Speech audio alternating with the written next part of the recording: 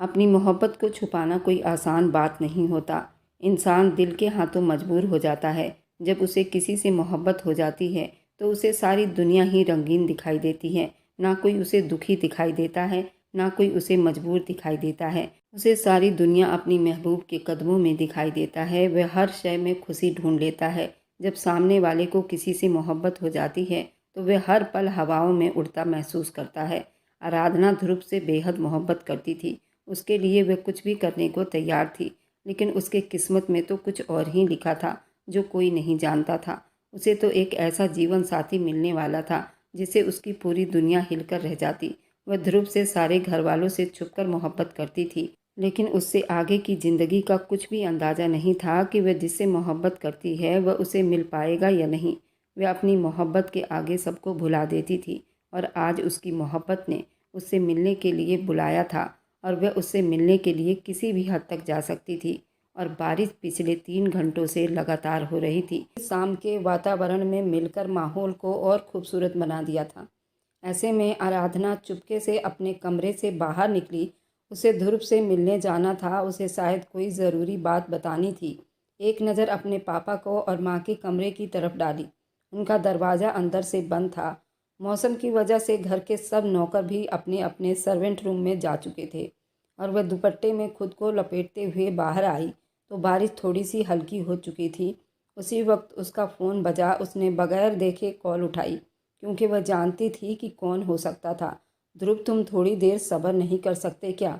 एक बार जब कह दिया कि आ रही हूँ तो इसका मतलब कि मैं आ जाऊँगी। थोड़ा टाइम तो लगेगा। आखिर कितना टाइम लगेगा? आधे घंटे पहले तुमने कहा था तुम आ रही हो, अभी तक आई नहीं। इतनी ज़रूरी खबर सुनानी है तुम्हें? ध्रुव के शब्द में बेकरारी महसूस करके वो मुस्कुराई थी। बस थोड़ा सा सब्र करो मेरी जान। तुम्हें पता है ना कि घर से निकलना कितना मुश्किल होता है। किसी ने देख लिया तो मेरे लिए और समस्या बन जाएगी। फ़ोन बंद करके सावधानी से इधर उधर देखते और पिछले दरवाजे से बाहर निकल आई। इनका पुराना बंगला यहाँ से सिर्फ 5 मिनट की दूरी पर था। जहाँ पर ध्रुव उसका इंतज़ार कर रहा था। उन्हें आज मिलने का मौका बड़े सालों के बाद मिला था और ध्रुव किसी भी हाल में इस मौके को हाथ से गंवाना नहीं चाहता था। इसलिए उसने ये बात करके आराधना को मिलने के लिए बुला लिया। वे बाहर निकलकर भी सावधानी से इधर उधर देखती रही।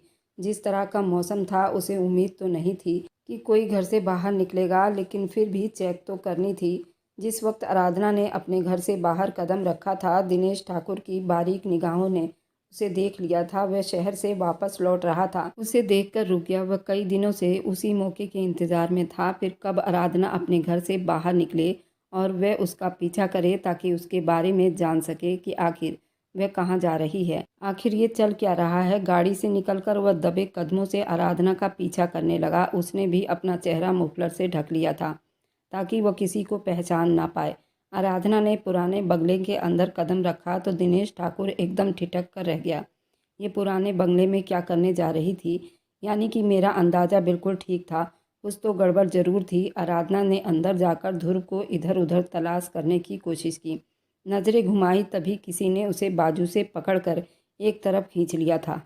वह बेकाबू होकर एकदम से ध्रुव के सीने से जा लगी। जल्दी से गुस्से से अलग हुई और गुस्से से घूरती हुई कहने लगी, ये क्या बदतमीजी थी? और मुझे जल्दी से बताओ, तुमने मिलने के लिए इतनी इमरजेंसी में क्यों बुलाया है?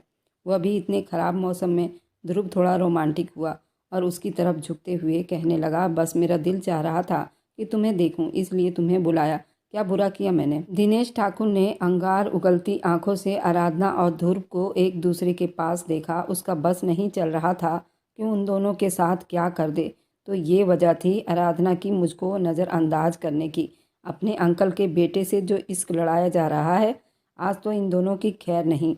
दिनेश ने अपनी जेब पर हाथ मारा कि मोबाइल निकाल कर उन दोनों की वीडियो बना सके, मगर फिर याद आया कि मोबाइल तो वह गाड़ी में ही छोड़ आया था। आराधना को जैसे ही गेट से बाहर निकलते देखा तो बस वो भागकर उनके पीछे चला आया। उसी वजह से उसे मोबाइल याद भी नहीं रहा, वह गाड़ी में ही था। ध्रुव, प्लीज़ बता भी दो कि तुमने मुझे यहाँ पर क्यों बुलाया है? आराधना की निगाहों की ताब लेते हुए थोड़ा सा और पीछे हट गया और जल्दी से शोर मचाते हुए कहा, बताया तो कि तुम्हें देखने का दिल कर रहा था। इतने साल से ना ही तुमसे कोई बात हुई थी और ना ही तुम्हें देखा, तो बस इस वजह से बुलाया। हाँ, मगर एक ज़रूरी बात थी जो मैं तुमसे करना चाहता था। ध्रुव आराधना से कुछ कहता या आराधना के नज़दीक जाता, ये सब दिनेश के बस में नहीं था। वह जल्दी से बोल पड़ा, अच्छा तो तुम दोनों यहाँ पर ये गुल खिला रहे हो। गुस्से भरे शब्दों में बोलता हुआ जैसे ही आगे आया तो वह दोनों दिनेश को देखकर घबरा गए और जल्दी से एक दूसरे से दूर हुए। आराधना ने रोती निगाहों से दिनेश को देखा। दिनेश को पता चलने का मकसद ये था कि पूरे परिवार, पूरे गांव में बात फैल जाती। परेशान तो ध्रुव भी हो गया था, मगर उसने जल्दी अपने आप को संभाल लिया और दिनेश को देखते हुए कहने लगा, हम दोस्त हैं और आपस में बात कर सकते हैं, तुम्हें क्या समस्या है। फिर वह चौंक कर कहने लगा, एक मिनट, तुम यहाँ पर आए कैसे? कहीं तुम आराधना का पीछा करते हुए यहाँ तो नहीं आ गए? आराधना ने भी चौंक कर उसे देखा। दिनेश ठाकुर इस हद तक भी उसके पीछे हो सकता था, ये तो उसने कभी सोचा भी नहीं था। दिनेश ने आगे बढ़कर ध्रुव का कॉलर पकड़ लिया। अगर ये तुम्हारी दोस्त है तो ये मेरी भी दोस्त है और मैं तुम्हें बिल्कुल भी परमिशन नहीं दे सकता कि तुम इतने ख़राब मौसम में और अकेले में अपने दोस्त से मिलो, उस पर बुरी नज़र डालो। ये शब्द सुनकर ध्रुव को बहुत तेज गुस्सा आया। उसने धक्का देकर दिनेश ठाकुर को पीछे किया। तुम अपने होश में तो हो? मैं आराधना पर बुरी नज़र क्यों डालूंगा?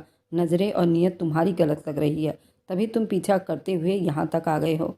तुम्हें तो अभी मैं सबक सिखाता हूँ। दिनेश ने गुस्से से कहकर ध्रुव के चेहरे पर थप्पड़ मार दिया था। वह भी गुस्से में आ गया और उसके गिरेबान पर हाथ डाल दिया।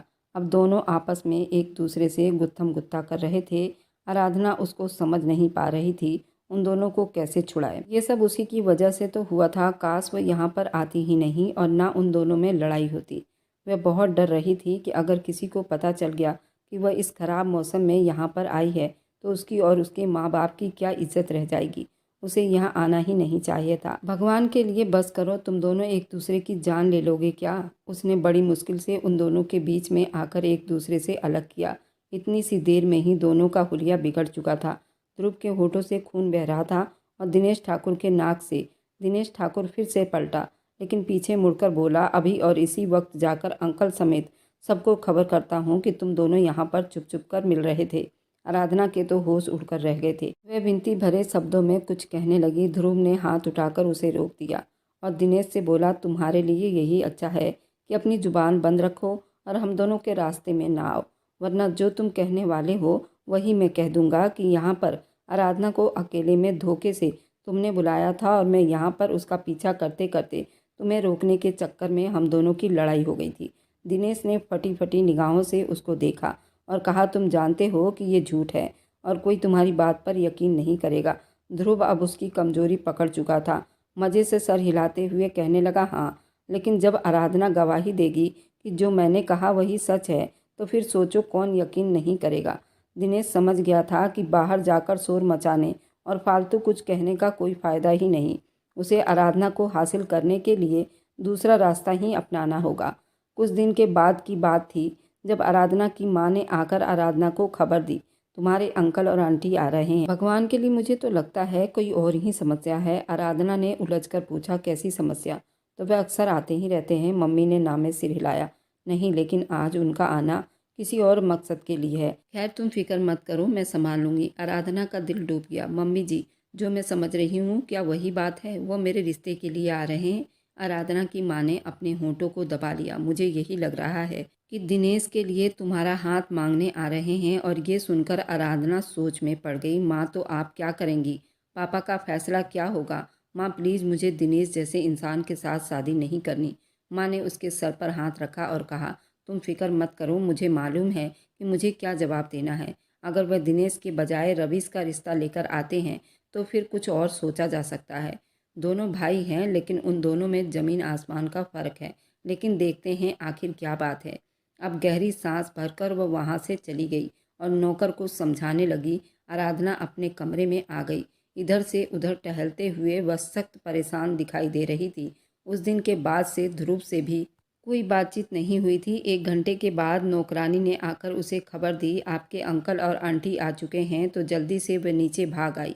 बैठक में जाने के बजाय वह बाहर खड़ी रही ताकि अंदर से आने वाली आवाज़ सुन सके।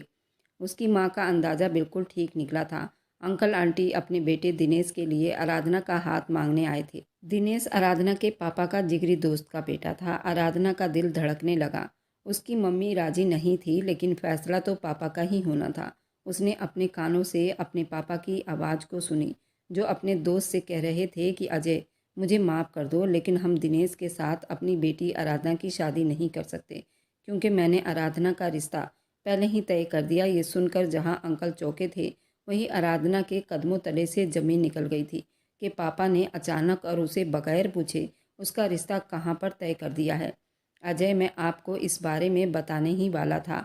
आराधना की मम्मी की सहेली है, उसका बेटा ध्रुव को तो आप अच्छे से जानते हैं, कितना अच्छा लड़का है। एक हफ्ते पहले ही उसके पापा ने ध्रुव के लिए मेरी बेटी आराधना का हाथ मांगा है। मैंने उनको हाँ कर दी है, लेकिन ये बात अभी हम दोनों के बीच में ही है। हमारी पत्नियों तक को भी ये खबर नहीं है। आपके सामने ही मेरी पत्नी को भी ये बात पता चल रही होगी, क्योंकि मैं चाहता था कि जब वो मेरी बेटी के लिए रिश्ता लेकर आएंगे तभी सारे परिवार को बताया जाएगा। आराधना का दिल कर रहा था वह उधर ही खुशी के मारे भंगड़ा करने लग जाए। उसके दिल की इच्छा अपूरी हो गई थी। बगैर किसी मुश्किल परेशानी के उसके मनपसंद जीवन साथी उसे मिल रहा था। उसे और क्या चाहिए था। वह जल्दी अपने कमरे में भागी ताकि वह भगवान का धन्यवाद कर सके। आराधना और ध्रुव की अब शादी की तारीख रखी जा चुकी थी। आराधना के मम्मी और पापा शादी की शॉपिंग करने में बिजी थे। वह घर में अकेली थी जब नौकरानी ने आकर उसे खबर दी कि ड्राइंग रूम में दिनेश आकर बैठा हुआ है। आराधना को बहुत गुस्सा आया कि अब उसके आने की कोई वजह नहीं बनती तो वह क्यों आया है।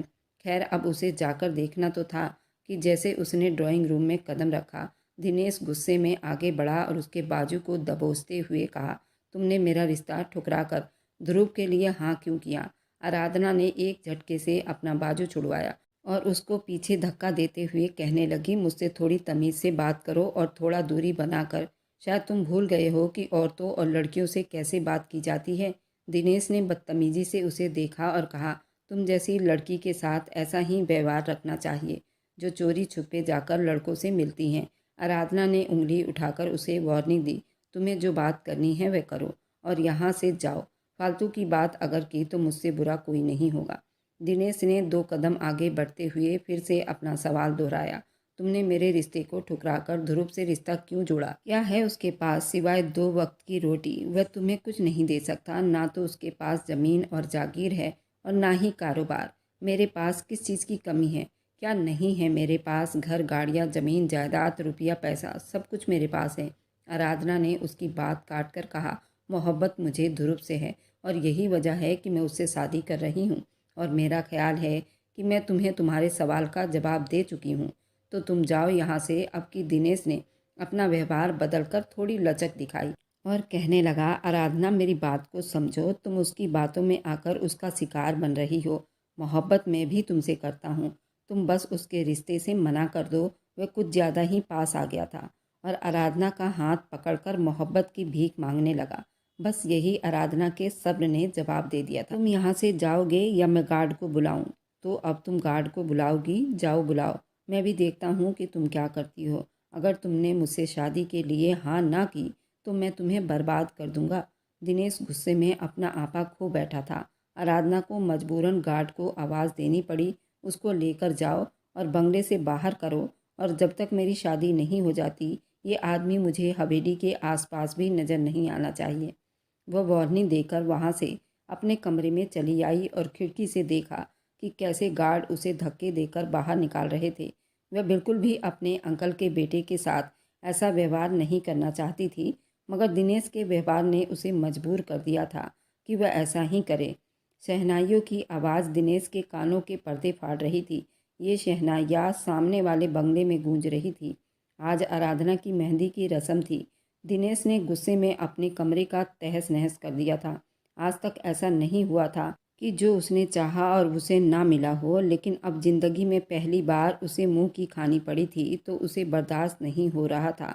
उसकी माँ सुमित्रा कमरे में आई तो उसे इस हाल में देखकर अफसोस करने लगी।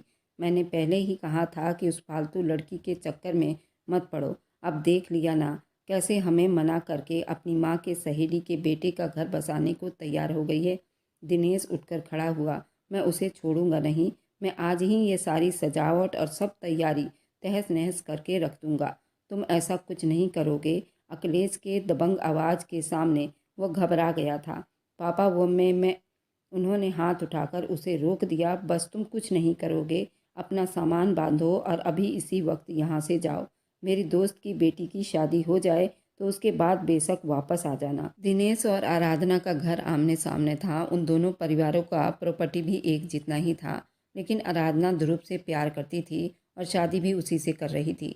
दिनेश के पापा ने कहा, मैं पहले ही ये रिश्ता लेकर नहीं जाना चाहता था, लेकिन तुम्हारे जिद के आगे मजबूर हो गया था। अगर तुम किसी काबिल होते तो मैं अपने दोस्त से नाराज़ भी होता। उसने मेरे जिगर के टुकड़े को ठुकरा दिया, लेकिन मैं उसे किस बात पर नाराज़गी दिखाऊं? आखिर तुम में ऐसा कौन सा गुण है? 10 मिनट के अंदर अंदर तुम मुझे इस बंगले से बाहर दिखाई दोगे। ड्राइवर तुम्हारा इंतज़ार कर रहा है। वह ये कहकर रुके नहीं, वहाँ से चले आए। कुछ देर के बाद जब गाड़ी में बैठा तो उसने एक नज़र आराधना के सजे सजाए घर को देखा। ड्राइवर ने अपने छोटे साहब को देखा और दिल ही दिल में बड़बड़ाने लगा।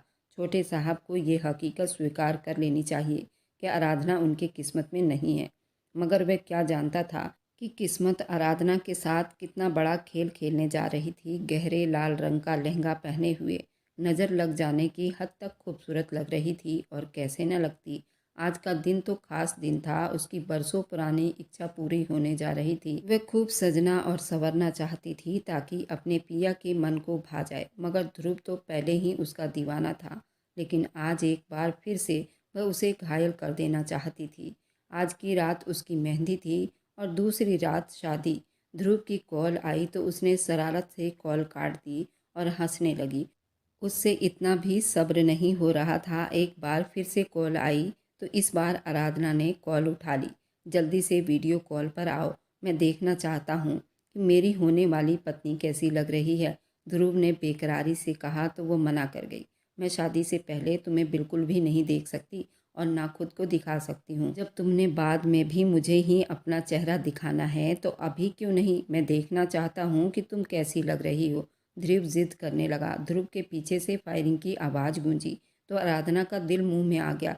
हे भगवान, ये क्या हुआ? वह कहने लगा, कुछ नहीं यार, दोस्त हैं हम लोग, हवाई फायरिंग कर रहे हैं। उसको हमेशा से ही ये हवाई फायरिंग करना बिल्कुल अच्छा नहीं लगता था, लेकिन वे जानती थी ये यहाँ के रस्म व रिवाज है, इसलिए चुप हो गई।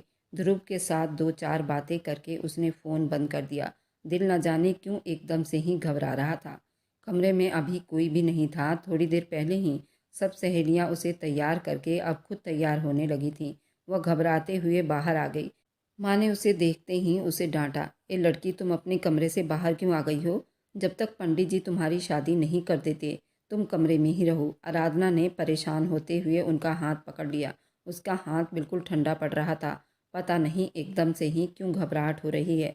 ऐसे लग रहा था जैसे कुछ बुरा होने वाला हो। आराधना को समझ नहीं आ रहा था वह अपने दिल की हालत कैसे बताए। उन्होंने प्यार से उसके चेहरे पर हाथ रखकर, मेरी बच्ची, ऐसी कोई बात नहीं है, कुछ बुरा नहीं होगा, सब अच्छा होगा, तुम अपने कमरे में जाओ। उसे दोबारा कमरे में छोड़ गई। आराधना को समझ नहीं आ रहा था कि उसका दिल क्यों बेचैन हो रहा है। उसने ध्रुव को कॉल की, लेकिन फ़ोन नहीं उठा रहा था। आराधना ने एक बार नहीं बल्कि कई बार उसे कॉल मिलाए थे, लेकिन कोई फ़ायदा नहीं हुआ। उसकी सहेली ने आकर उसे समझाया, आराधना क्यों परेशान हो रही हो? वह अपने दोस्तों के साथ बिजी होगा। जानती हो कि वहाँ पर मेहंदी की रात लड़के कितना कुछ करते हैं, कितने मज़े करते हैं। ध्रुव जीजा भी अपने दोस्तों के साथ यही सब कर रहे होंगे।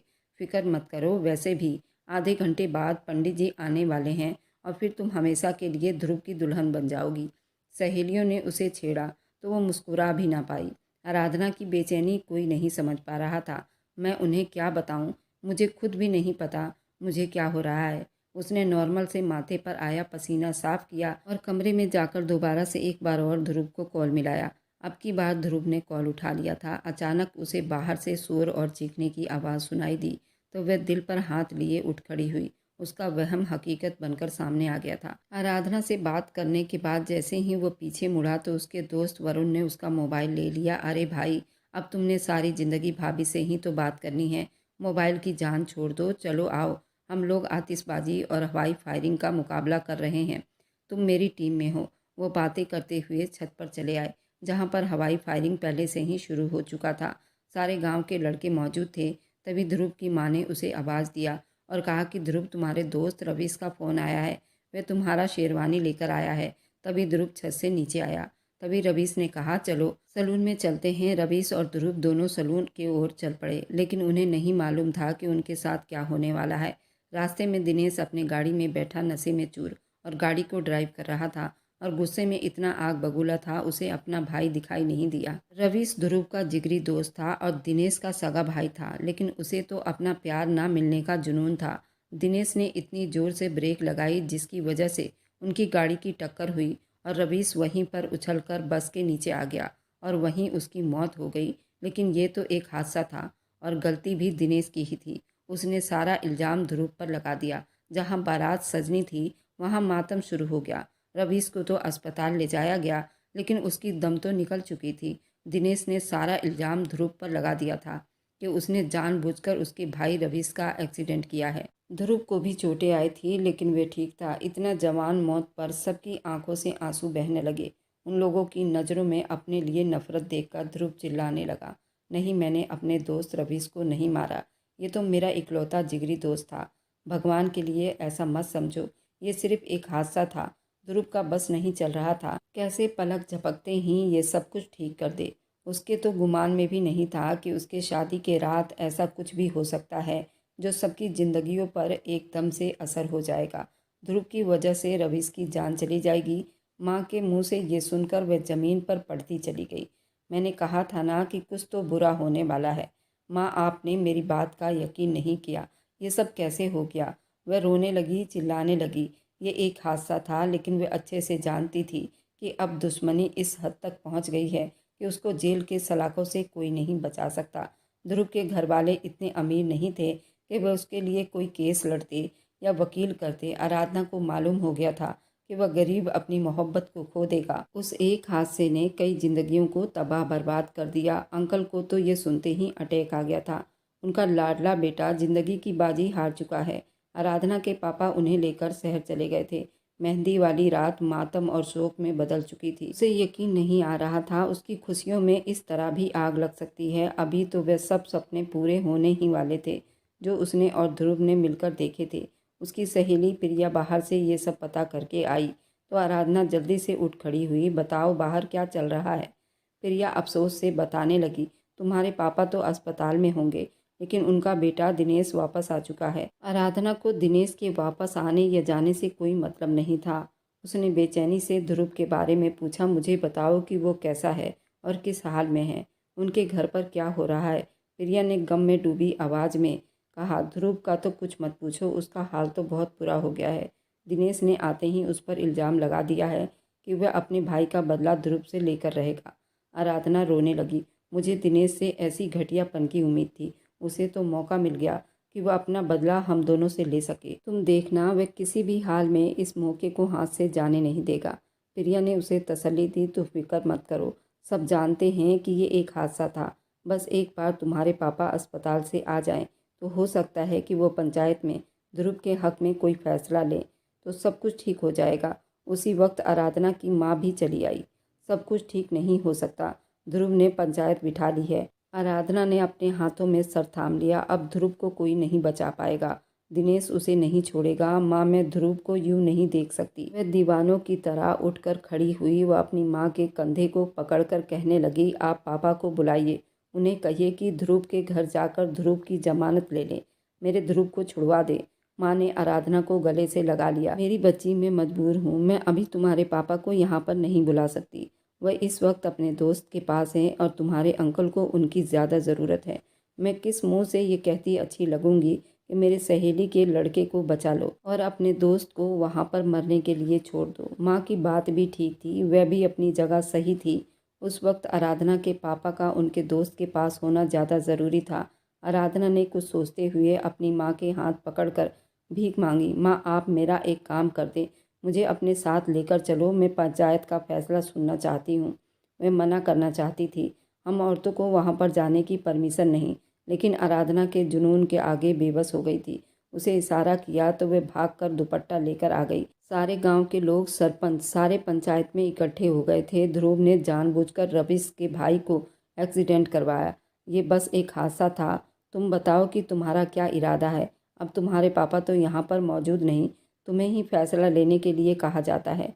दिनेश ने खून की आंखों से ध्रुव की तरफ देखकर कहा, आप लोगों को लगता है कि ये एक हादसा है, लेकिन न जाने क्यों मुझे अंदर से महसूस होता है उसने जानबूझकर मेरे भाई की जान ले ली है।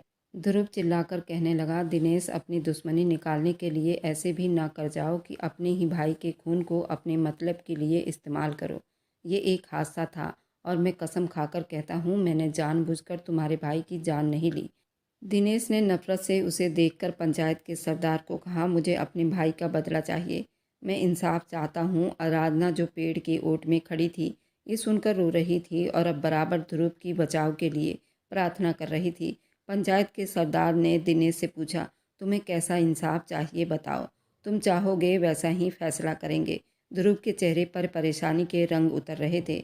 दूर से भी देख सकती थी, वह चुप हो गया था। अब उसकी किस्मत और ज़िंदगी का सारा भार दिनेश पर था और किस्मत भी दिनेश के पक्ष में थी। वह उस मौके से फ़ायदा भला क्यों नहीं उठाता। कहने लगा, जान के बदले जान। मैं अपने भाई के बदले ध्रुव की जान चाहता हूँ, लेकिन अगर ऐसा नहीं हो सकता तो खून के बदले खून। वह अपनी 12 साल की बहन को नौकर बनाकर हमारे हवेली में भेज दे। वहाँ बैठे लोगों के दिलों में जैसे खंजर चल गए थे। सभी गांव वाले ध्रुव की बेगुनाही पर यकीन भी रखते थे और उनका दिल नहीं चाहता था कि उसको सज़ा मिले, लेकिन दिनेश की दूसरी शर्त भी बर्दाश्त करने वाली नहीं थी। एक 12 साल की मासूम बच्ची पर इतना अत्याचार कैसे हो सकता था। ध्रुव ने तेज आवाज़ से कहा, मैं दूसरी शर्त बिल्कुल भी नहीं मानता। खबरदार, किसी ने मेरी बहन का नाम भी लिया तो मुझे अपने बचाव में अपनी बहन की बलि नहीं चढ़ानी। मैं मरने के लिए तैयार हूँ। ध्रुव के मुंह से मरने का शब्द सुनकर आराधना को अपनी जान निकलती हुई महसूस हुई। वह सारे रस्म रिवाज को भुलाकर पंचायत के सामने आ गई। वह तेज आवाज़ में कहने लगी, सब जानते हैं कि मैं ध्रुव की मंगेतर हूँ। हमारी शादी होने वाली थी। ध्रुव के बहन के नाम पर मैं भी तो उसकी मदद कर सकती हूँ और मैं उसकी नौकरानी बनने के लिए तैयार हूँ और उसके घर चली जाऊँगी। आराधना ये सब कुछ ध्रुव को बचाने के लिए कह रही थी।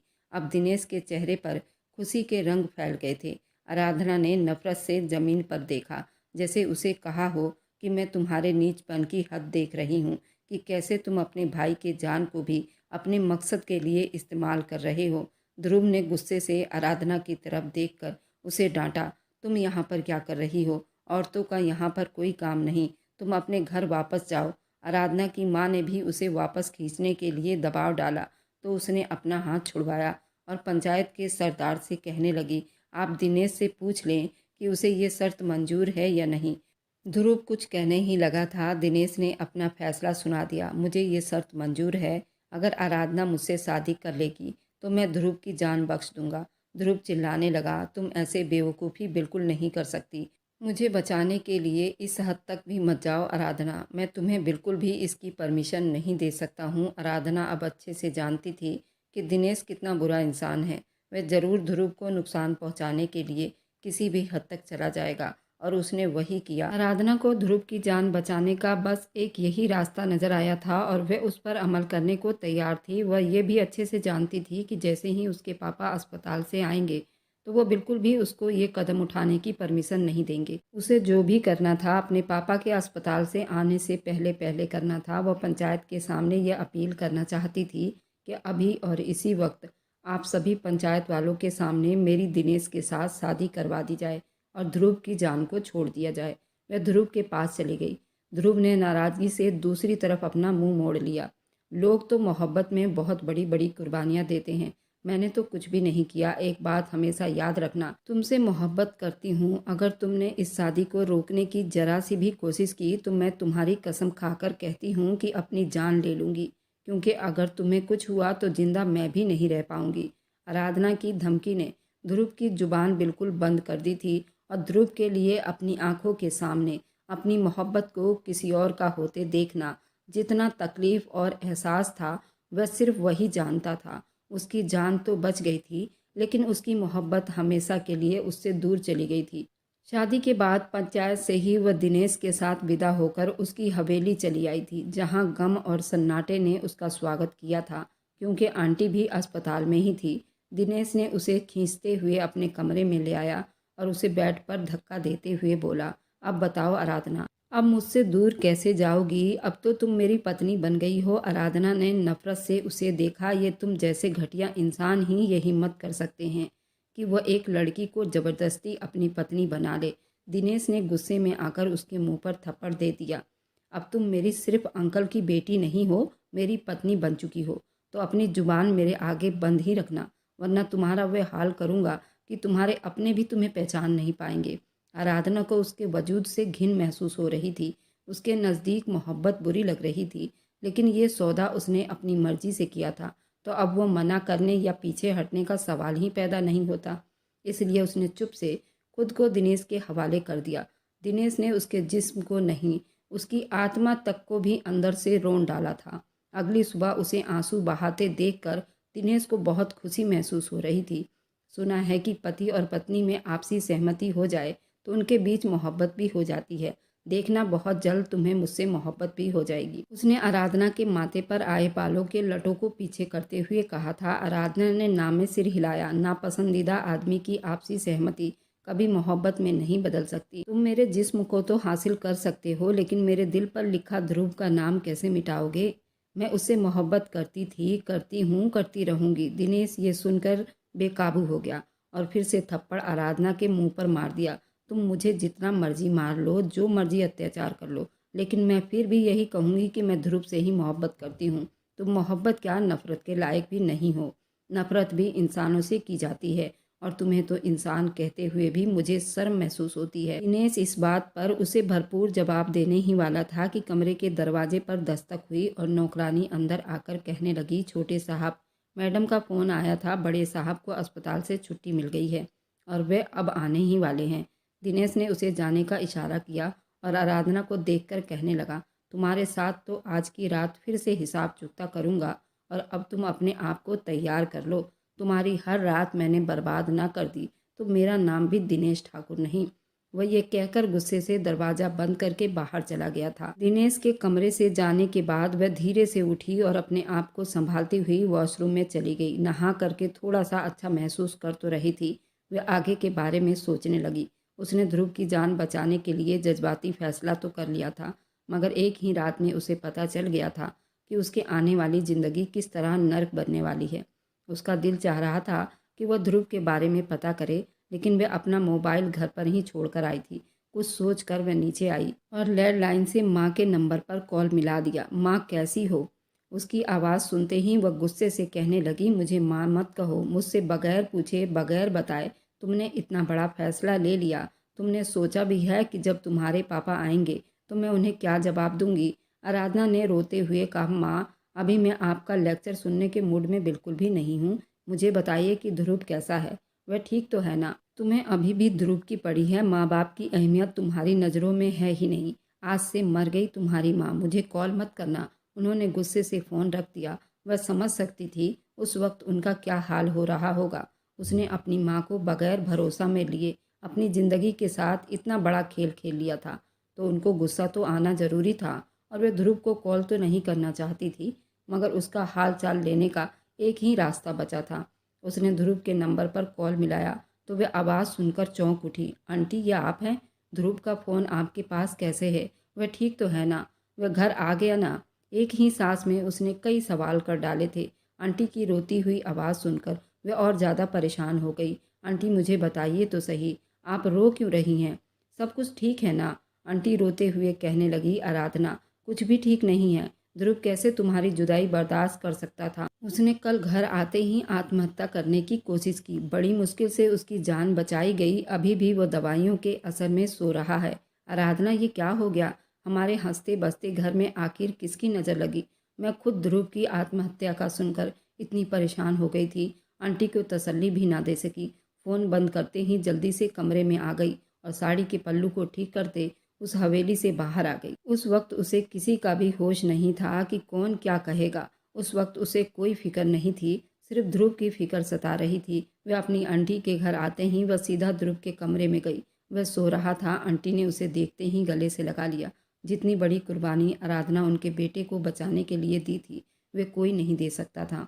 वह उसका धन्यवाद कर रही थी। उन दोनों के आवाज़ से ध्रुव उठ गया। आराधना को अपने सामने देखकर वह खिल उठा। मुझे मालूम था कि तुम ज़रूर आओगी। तुम मेरे बगैर नहीं रह सकती। उससे पहले वह आगे बढ़कर उसके पास होता। आराधना 2 कदम पीछे हट गई। ध्रुव, मेरी शादी हो गई है और मैं तुमसे सिर्फ यही कहने आई हूँ कि तुम भी इस हकीकत को स्वीकार कर लो और ख़बरदार, आज के बाद अगर तुमने अपनी जान लेने की कोशिश की दोबारा, मेरा नहीं तुम अपने माँ बाप का ही ख्याल कर लेते। अगर तुम्हें कुछ हो गया तो उनका कौन सहारा होगा? और क्या तुम मेरी कुर्बानी को ख़राब कर देना चाहते थे? तुम्हारी जान बचाने के लिए मैंने खुद को उस जानवर के हवाले कर डाला। अगर तुम ही अपनी जान ले लेते तो मेरी उस कुर्बानी का क्या फ़ायदा होता? ध्रुव शर्मिंदा हो गया। मुझे माफ़ कर दो, मैं बर्दाश्त नहीं कर पा रहा था कि तुम अब दिनेश की पत्नी बन चुकी हो। आराधना, कहाँ हो? बाहर निकलो। दिनेश की दहाड़ती हुई आवाज़ आई तो वह घबरा गई। जब वो यहाँ पर आई थी तो वह घर पर नहीं था। उसे कैसे मालूम हुआ कि मैं यहाँ पर आई हूँ? वह बड़बड़ाते हुए आंटी के साथ बाहर आई तो दिनेश ने उनके सामने ही उसके मुंह पर थप्पड़ मार दिया। तुम्हारी हिम्मत कैसे हुई बगैर पूछे बगैर बताए यहाँ पर आकर अपने आशिक से मिलने की? और तुम्हारी हिम्मत कैसे हुई तुम आराधना पर हाथ उठाओ? ध्रुव ने आगे बढ़कर दिनेश का गिरेबान पकड़ लिया। दिनेश ने ध्रुव को धक्का देकर नीचे गिरा दिया। अब ये मेरी पत्नी है, मैं इसको थप्पड़ मारूं या प्यार करूं? तुम कौन होते हो रोकने वाले? दिनेश आराधना को बालों से पकड़कर घसीटते हुए अपने साथ ले गया और ध्रुव बेबसी से ये देखकर तरसता रह गया। दिनेश के घर से निकलते ही उसका पहला सामना अपने पापा से हुआ था। उनको अभी तक कुछ खबर नहीं थी कि उनके पीछे यहाँ पर क्या कुछ हो गया है। अपनी बेटी को दिनेश के चुंगल में यूं देखकर उनके आंखों से सरासर आंसू निकलने लगे। दिनेश, तुमने मेरी बेटी को ऐसे कैसे पकड़ रखा है? मैं तुम्हारा हाथ तोड़ दूंगा। दिनेश ने धक्का देते हुए उसे उसके बाप की तरफ फेंका। पूछिए अपनी लाडली बेटी से, अपने आशिक से मिलने उसके घर पर क्यों गई थी? अपने बाप के सीने से जाकर लगी और फूट फूट कर रो रही थी। वह जानती थी कि जब उसके बाप को सच पता चलेगा तो शायद वह बर्दाश्त न कर पाए और शायद तब वो अपने बाप की उस मोहब्बत से भी दूर हो जाए जो उस वक्त उसे मिल रही थी। मेरी बेटी जहाँ मर्जी जाए, जिससे मर्जी मिले। तुम कौन होते हो पूछने वाले? दिनेश। पापा की यूं दहाड़ती हुई आवाज़ पर दिनेश हंसने लगा। मैं कौन होता हूँ? ये अपनी बेटी से पूछो। कल भरी पंचायत के सामने उसने मुझसे शादी की है तो मैं उसका पति हूँ और उससे पूछने का पूरा हक रखता हूँ। पापा का हाथ बेकाबू होकर आराधना के सर से नीचे गिर गया। उन्होंने बड़ी अविश्वास से अपनी बेटी को देखा। पापा, मुझे माफ़ कर दो। ध्रुव की जान बचाने के लिए मुझे दिनेश से शादी करनी पड़ी। दिनेश ने उनके सामने आराधना का हाथ पकड़ा और वहाँ से ले गया, जबकि वे वहाँ पर बिल्कुल सुन खड़े रह गए। जिंदगी अब एक डगर पर आ चुकी थी। सबको मालूम हो चुका था कि वे दिनेश की पत्नी बन चुकी है।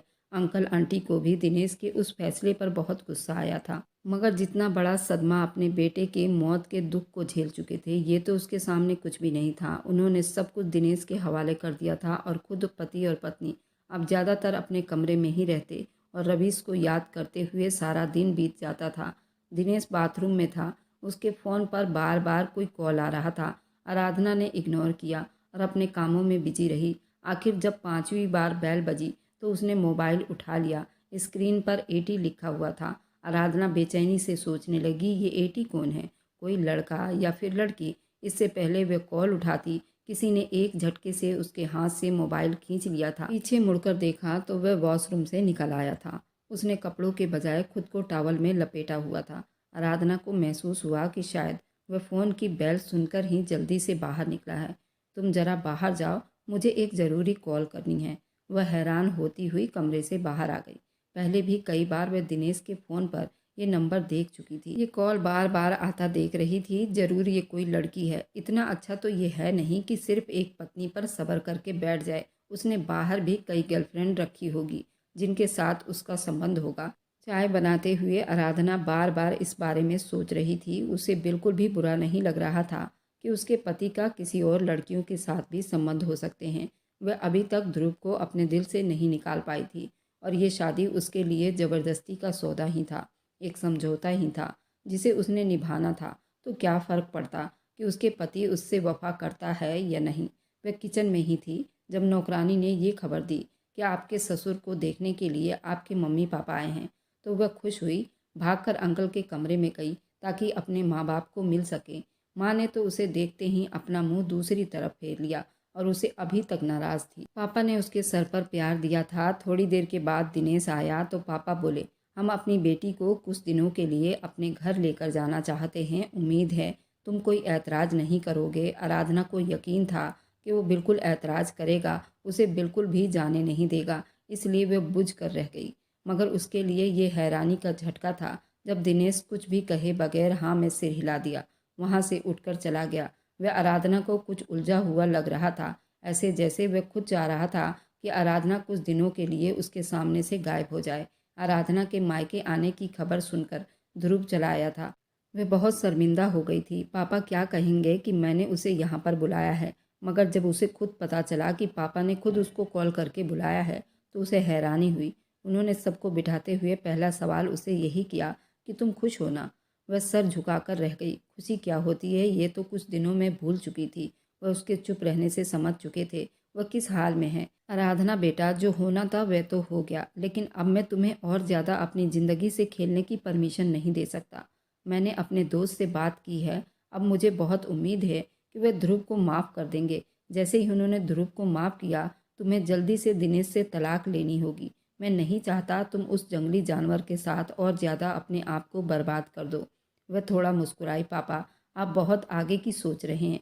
आपको नहीं पता, हमारे परिवार में, हमारे हिंदू समाज में ये तलाक वलाक नहीं होती। एक इंसान के साथ शादी हो गई तो हो गई। मैंने इसके बारे में कभी सोचा तक नहीं। इसकी वजह से कहीं मेरे पापा का सर न झुक जाए। और आज आप खुद मुझे ये कह रहे हैं कि तुम दिनेश से तलाक ले लो। ये समाज तुम्हें जीने नहीं देगा और मैं अपने पापा को किसी भी कीमत पर समाज की नज़रों में गिराना नहीं चाहती। आराधना को अपने पापा पर बहुत हैरानी हो रही थी। ऐसे कैसे वे अपने समाज के रीति रिवाज से हटकर उसके लिए ये फैसला ले सकते हैं। माँ ने गुस्से से उसे देखा। हमारे रिवाज में तो ये भी नहीं था कि लड़की खुद उठकर पंचायत में जाकर अपनी शादी करवा लेती। वह भी तो तुमने किया ना। अब तुम्हें डिवोर्स लेने में क्यों समस्या हो रही है।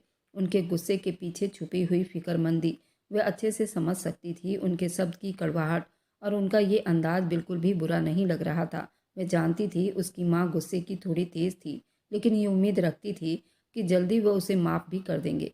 ध्रुव कुछ सोचते हुए कहने लगा कि अगर हमें दिनेश के खिलाफ कोई सबूत मिल जाए, वह एक अच्छा इंसान नहीं है, तुम्हारे साथ बिल्कुल ठीक से नहीं रहता, तो हम सब गांव वाले और पंचायत को दिखाकर आसानी से उससे तुम्हारा पीछा छुड़वा सकते हैं और तलाक ले सकते हैं। इस सूरत में किसी को कोई ऐतराज़ भी नहीं होगा।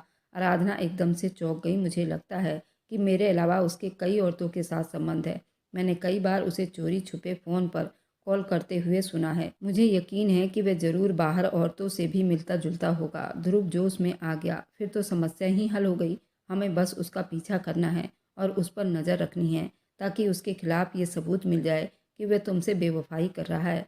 तो फिर ना ही तुम्हें कोई कुछ कहेगा और डिवोर्स भी आसानी से मिल जाएगी। पापा सोचते हुए कहने लगे, हाँ ये अच्छा आइडिया है और इस वजह से मेरा दोस्त भी नाराज़ नहीं होगा, बल्कि पहले हम उसके खिलाफ सबूत तलाश कर लेते हैं, फिर उन्हीं सबूत को अपने दोस्त के आगे रख कर ध्रुव के लिए माफ़ी की अपील करूँगा। आराधना के लिए ये सब किसी सपने से कम नहीं था। उसका बाप उसके पीठ पर खड़ा था, उसे सहारा देने के लिए, हिम्मत देने के लिए। उसमें जैसे एक नई आत्मा आ गई थी। वह एक नई हिम्मत और जज्बा लिए अपने ससुराल आ गई थी। अंकल आंटी तो ठीक हो रहे थे और ज़मीन के कामों में अपने कारोबार में ध्यान लगाने लगे थे। उसने खुफिया तरीके से दिनेश पर नज़र रखनी शुरू कर दी थी। उसे कब और किसकी कॉल आती है, वह किस टाइम घर से बाहर जाता है। एक दिन आराधना ने चोरी चोरी उसकी बात सुनी। वह कॉल पर किसी से कह रहा था, मैं अब तुम्हें और ज़्यादा पैसे नहीं दे सकता। मेरे पापा ठीक हो गए, अब अपना गम भुलाकर कारोबार भी करने लग गए हैं। अब वह खुद सारे काम देख रहे हैं, तो मेरे लिए ये घपला करना बहुत मुश्किल हो जाएगा। वैसे भी अब तुम्हें बहुत सारे पैसे दे चुका हूँ यार, समझा करो। अभी मेरे पास पैसे नहीं हैं, जब होंगे तो दे दूंगा। जैसे ही वह कॉल करके हटा तो जल्दी से वह अलमारी के ओट में छुप गई। आखिर ये किससे बात कर रहा था, किसको पैसे देने की बात कर रहा था। वह घर से बाहर निकला तो आराधना ने जल्दी से ध्रुव को मैसेज किया वह उसका पीछा करे, कि शायद उसका पीछा करने से ही कोई सबूत मिल जाता। लेकिन उन्हें अभी तक मायूसी ही हो रही थी, क्योंकि जब भी वह घर से बाहर निकलता था तो अपने दोस्तों के साथ ही मिलता था। कुछ पता नहीं चल रहा था कि उसका किसी और लड़की के साथ चक्कर है, क्योंकि अभी तक वह किसी लड़की से नहीं मिला था। इतना तो अब वह जान गई थी कि एटी नामी जो भी है, ये हर कुछ समय के बाद दिनेश को कॉल करके पैसे मंगवाता था। मगर क्यों, ये वजह अभी तक मालूम नहीं हो पा रही थी। एक दिन घर पर नहीं था तो मौका देखकर वह अपने घर पर चली आई, जहाँ पर पहले ही उसने ध्रुव को आने को कह दिया था। वे सब मिलकर यही कुछ आइडिया लगा रहे थे कि कैसे उसकी जान दिनेश से छुड़वाई जाए। ध्रुव ने कहा था कि मैं उसकी कंपनी में जाकर पता लगाऊंगा आखिर उसके कौन कौन से दोस्त हैं, दोस्त में कोई लड़की है या नहीं। अब आराधना के पापा ने भी उन लोगों का साथ देने का फैसला किया। दिनेश के हर उस चाल पर नज़र रखने लगे। ध्रुव दिनेश के कंपनी में भी गया था, लेकिन वहाँ पर उनको ऐसा कुछ भी नहीं मिला जिसे दिनेश पर शक किया जाता। ध्रुव के मोहल्ले में एक आरती नाम की लड़की रहा करती थी और उसके माँ बाप कोई नहीं थे और उसके घर में कई मर्दों का आना जाना था और वे रोज़ नई गाड़ियों में घूमा करती थी। लेकिन उसके घर में कभी दिनेश को नहीं देखा गया था। लेकिन कुछ दिनों से आरती दिखाई नहीं दे रही थी और उसके घर पर ताला लगा हुआ था। ध्रुव ने जब ये देखा तो उस लड़की के बारे में पूछताछ की। वह लड़की इस वक्त विदेश में है और वह लड़की कोई ऐसे काम भी नहीं करती। वे लड़कियों को नौकरी के झांसे में बहलाकर लड़कियों से गलत काम करवाती हैं और करोड़ों रुपए खुद कमाती है। इस लड़की के बारे में सब कुछ पता चल गया था, लेकिन दिनेश का इससे कनेक्शन था या नहीं ये पता करना था। और आज आराधना ध्रुव से मिलने आई थी। उसका मोबाइल टेबल पर ही रखा हुआ था। बातों के बीच में उसके फ़ोन पर बेल हुई तो आराधना एकदम से चौंक गई। इससे पहले कि ध्रुव कॉल उठाता, आराधना ने उसका मोबाइल पकड़ लिया।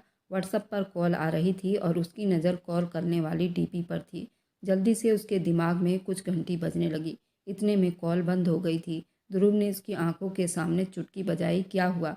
तुमने मेरा मोबाइल क्यों पकड़ लिया? क्या तुम्हें आरती से बात करनी है? वह हंसते हुए बोला। ये डीपी वाली लड़की कौन है? ध्रुव को उसकी आवाज़ किसी गहरे कुएं से आती हुई सुनाई दी। यह हमारे मोहल्ले में रहती है। इसका नाम आरती है। तुम किन ख्यालों में खो गई? क्या बात है? वह शक में हुई। वह होश में आई। ये डीपी दिनेश के मोबाइल में इसी नंबर से कॉल आता है। आराधना ने जैसे उन सब के कानों पर धमाका किया था। पापा और ध्रुव चौंक कर रह गए। कुछ उलझ कर पूछने लगा, मैं तुम्हारी बात समझ नहीं पा रहा आराधना।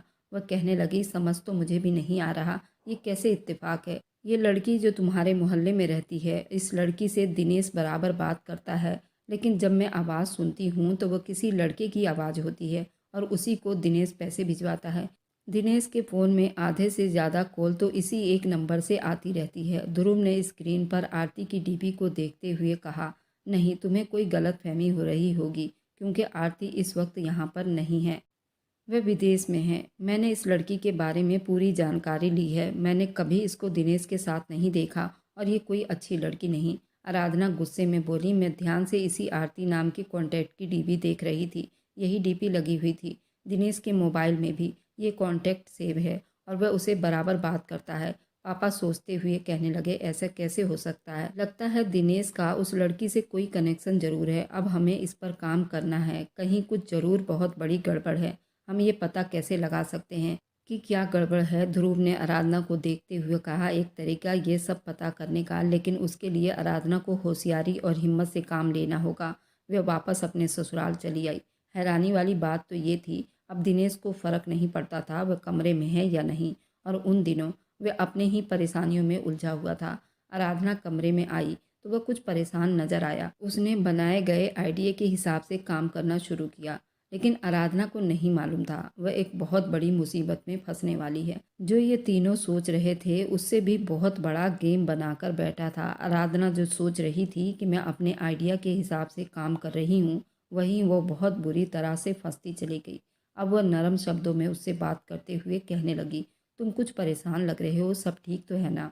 दिनेश ने हैरानी से उसे देखा और तीखे शब्दों में कहने लगा, ये आज सूरज कहाँ से निकल गया? जो आराधना मुझसे मेरी परेशानी का हल पूछ रही है, ये तो बहुत बड़ा मजाक है। वह उसके पास बैठकर कहने लगी, मैं सच में तुम्हारी फिक्र कर रही हूँ। दिनेश ने अजीब शब्दों में कहा, तुम मुझे पागल नहीं बना सकती। तुम्हारे मेरे बारे में क्या ख्याल है मैं अच्छे से जानता हूँ। अब तुम्हारा ये नरम शब्द तुम्हारे किसी साजिश का हिस्सा है या जरूर तुम्हें मुझसे कोई काम है? अपने शब्दों को थोड़ा नरम करते हुए कहने लगी, हाँ, मुझे तुमसे सच में एक काम था। तुमने तो मुझे मोबाइल रखने की परमिशन नहीं दी, लेकिन मुझे पापा को कॉल करनी है। उनकी तबीयत ठीक नहीं है। अपने मोबाइल से मुझे मेरे पापा का नंबर डायल कर दो, तुम्हारी बहुत मेहरबानी होगी। लेकिन दिनेश भी अपने आइडिया के हिसाब से काम कर रहा था। उसने मौका पाकर कहने लगा, ठीक है, लेकिन मैं बहुत जल्दी में हूँ। मुझे अभी के अभी कहीं जाना है। अगर तुम मेरे साथ चलती हो तो चलो, मैं तुम्हारे पापा के घर छोड़ दूंगा और रास्ते में तुम मोबाइल पर बात कर लेना। उसे आखिरकार दिनेश के साथ जाना पड़ा। उसने बहुत बड़ा गलत कदम उठा लिया था। उसे नहीं मालूम था अगले ही पल क्या होने वाला है। आराधना का दिमाग काम कर गया। उसने तुरंत ध्रुव को मैसेज किया कि मैं अभी के अभी दिनेश के साथ हूँ और अपना लोकेशन सेंड कर दिया। अपना मोबाइल भी छुपाकर अपने पर्स में रख लिया। तभी गाड़ी में बैठते ही उसे अजीब स्मेल का सामना करना पड़ा और वो बेहोश हो गई। जब होश में आई तो वहाँ पर कोई भी जाना पहचाना चेहरा दिखाई नहीं दिया, लेकिन उसका पर्स उसके पास में था और वे अपना मोबाइल उस पर्स में देखना चाहती थी। तभी बाहर उसे फायरिंग की आवाज़ सुनाई दी। वह चौकन्नी हो गई और चीखने लगी। तभी उसके आसपास पुलिस दिखाई दी तो उसकी जान में जान आई। उसको दिनेश ने किडनैप करके बेच दिया था और पैसे लेकर फरार हो गया था और वह आरती के साथ मिला हुआ था। ये दोनों मिलकर लड़कियों की सप्लाई किया करते थे और जो दिनेश के पास फ़ोन आता था वह आरती के नंबर से आता था। उस पर आरती के आदमी फ़ोन पर बात करते थे। दिनेश तो यहाँ नहीं था, वह दिनेश जा चुका था। आराधना को भी बेच दिया था। आराधना को तो पुलिस ने एयरपोर्ट पर ही दबोच लिया था, लेकिन वो बेहोश थी इसलिए हॉस्पिटल में लाया गया था। अब सारा मामला पुलिस के हाथों चढ़ गई थी। दिनेश कोई आराधना से प्यार नहीं करता था, उसको सिर्फ इस्तेमाल करके बेच देना चाहता था और उसका भाई रवीश की मौत तो एक हादसा थी और दिनेश ने उसी का फ़ायदा उठाकर आराधना से शादी कर ली थी और आराधना को बेच कर वह फरार हो गया था। जब ये सारी बातें दिनेश के माँ बाप को पता चली तो वह दोबारा अटैक का शिकार हुआ। उसको दूसरी बार अटैक आया था। डॉक्टर ने बताया था कि अगर तीसरी बार अटैक आ गया तो ये बचेगा नहीं। आराधना और उसके पापा ने कुछ भी नहीं कहा। एक बेटे की मौत और दूसरा बेटा ऐसा निकला। वह अपने गम में ही मरे जा रहे थे। ध्रुव और आराधना की शादी हो गई थी। वह अपनी ज़िंदगी हंसी खुशी बिता रहे थे। बुरे कर्मों का हमेशा बुरा नतीजा ही होता है। अगर आपको ये वीडियो पसंद आई है तो लाइक और सब्सक्राइब करते जाएं।